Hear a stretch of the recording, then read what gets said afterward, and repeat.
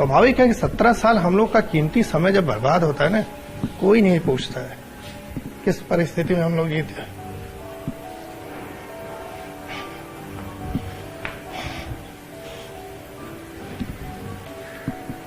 नौकरी छोड़ने का दर्द। नौकरी छोड़ मुख्तार अंसारी को सारे न्यूज चैनल बाहुबली बोलते हैं, तो क्या मुख्तार अंसारी वाकई में बाहुबली है या सिर्फ अपने पूर्वजों और परिवार की शक्तियों का गलत फायदा उठाता है?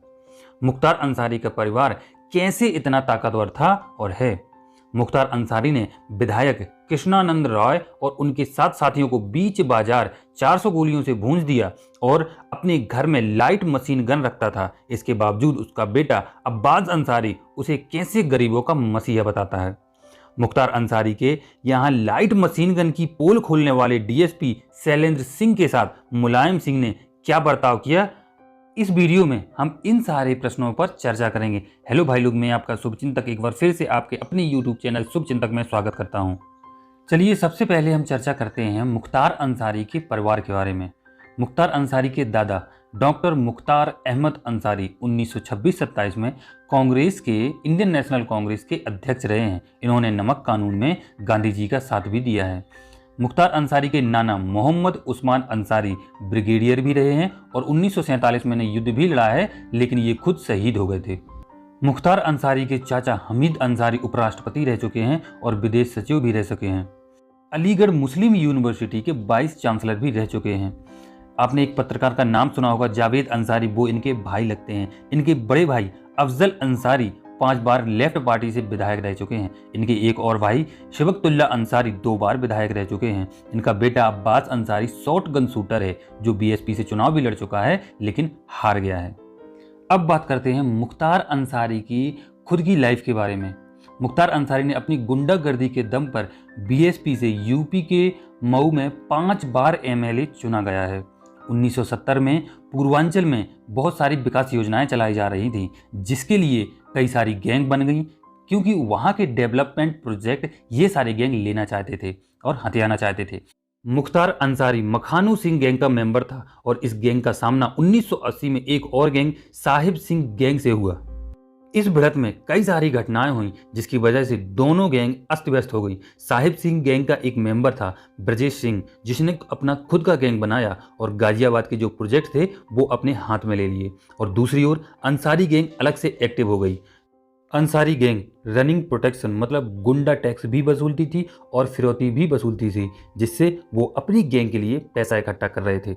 1990 तक मोहम्मद अंसारी मऊ, गाजियाबाद और वाराणसी में गुंडागर्दी के लिए जाना जाता था, लेकिन उसने अपनी गुंडागर्दी को और मजबूत करने के लिए 1995 में राजनीति में घुस गया और 1996 में एमएलए बन गया। उसका मकसद था कि इस एरिया में सिर्फ उसी की ही गैंग सक्रिय रहे, और उसने मन में ठान लिया कि ब्रजेश सिंह गैंग को उसे जड़ से खत्म करना है, और उसने ब्रजेश सिंह गैंग को चैलेंज करना चालू कर दिया।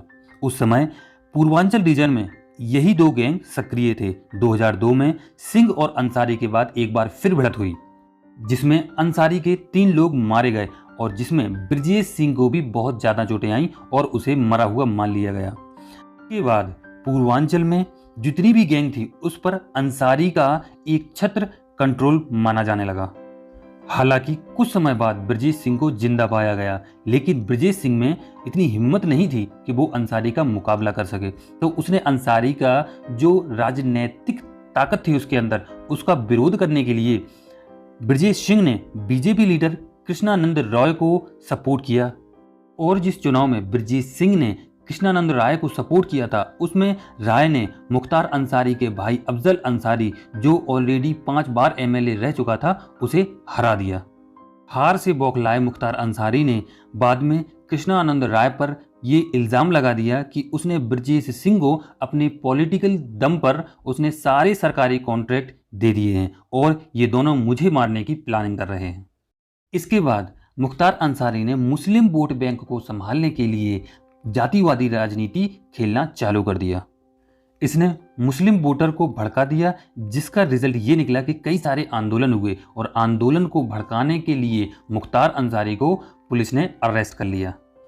मुख्तार अंसारी ने जेल में बैठे बैठे कृष्णानंद राय को बीच बाजार में उसके 7 साथियों के साथ 400 गोलियों से भूंज दिया। इसी केस के चलते उत्तर प्रदेश पुलिस मुख्तार अंसारी को पंजाब जेल से बांदा जेल में शिफ्ट कर रही है। अब बारी है एक छोटा सा वीडियो देखने की। इस वीडियो में आपको पता चलेगा कि मुख्तार अंसारी का बेटा अब्बास अंसारी अपने बाप को कैसे गरीबों का मसीहा बताता है। ये अब्बास अंसारी जनाब मुख्तार अंसारी साहब का बड़ा बेटा और गरीबों का मसीहा मुख्तार अंसारी का बेटा और आवाम का बेटा